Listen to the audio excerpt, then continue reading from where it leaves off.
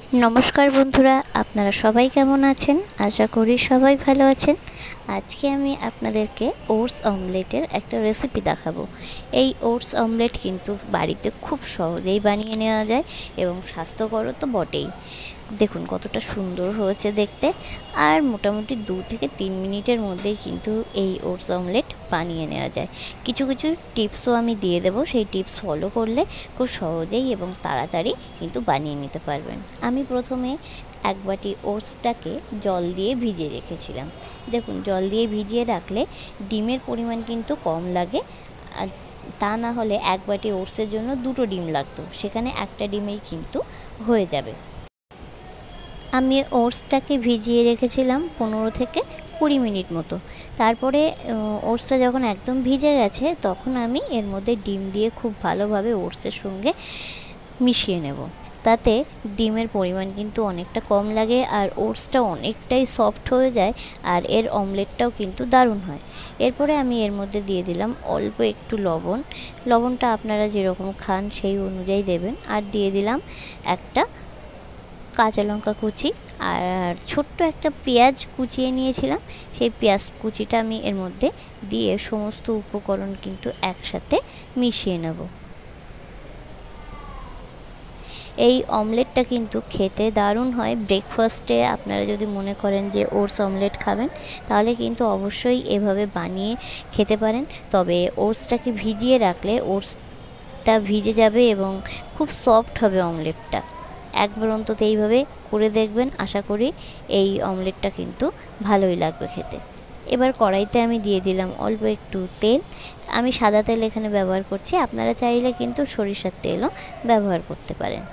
তারপরে ভালো করে চারিদিকে তেলটাকে ছড়িয়ে দিয়ে তেল যখন গরম হয়ে যাবে এর মধ্যে আমি দিয়ে দেব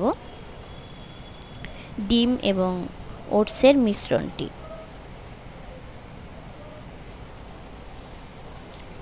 এরপরে খুন্তি দিয়ে খুব ভালোভাবে চারিদিকে অমলেটটা কিন্তু ছড়িয়ে দিতে হবে। একটা গোলাকার অমলেট বানিয়ে নিতে হবে।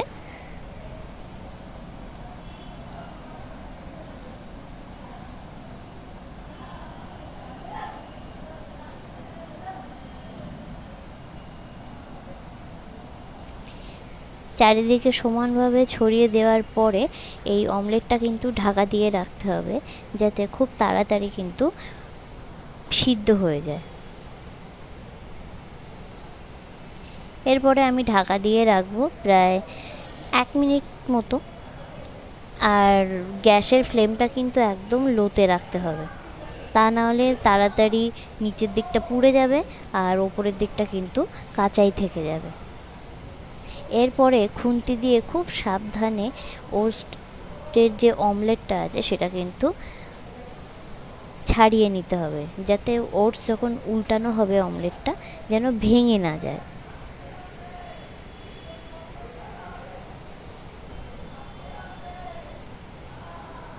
দেখুন কতটা সাবধানে ওটসের অমলেটটা কিন্তু উল্টে নেওয়া গেল। আপনারাও বাড়িতে ঠিক এভাবেই আস্তে আস্তে চেষ্টা করবেন, অমলেটটা কিন্তু খুব সুন্দরভাবে উল্টে নেওয়া যাবে। দুবার এপিট ওপিট করে উল্টে নিয়ে তারপরে কিন্তু প্লেটের মধ্যে আমি ওটসের অমলেটটা নামিয়ে নেব। খুব সহজেই কিন্তু 2 থেকে 3 মিনিটের মধ্যে এই ওটস অমলেট বানিয়ে নেওয়া যায়, আর সকালের ব্রেকফাস্ট কিন্তু ওটস অমলেটে দারুণ জমে যায়। আপনারা চাইলে টমেটো সসের সাথেও কিন্তু এই ওটস অমলেট খেতে পারেন। আশা করি আজকের এই ব্রেকফাস্ট রেসিপিটা খুবই ভালো লাগবে আপনাদের। যদি ভালো লেগে থাকে তাহলে অনুরোধ জানাই চ্যানেলটাকে সাবস্ক্রাইব করে পাশে থাকা বেল আইকনটা প্রেস করে দেবেন। আবারও নতুন নতুন ভিডিও নিয়ে আমি হাজির হয়ে যাব। ততক্ষণ পর্যন্ত ভালো থাকবেন, সুস্থ থাকবেন। আবারও দেখা হবে নতুন ভিডিও নিয়ে। নমস্কার।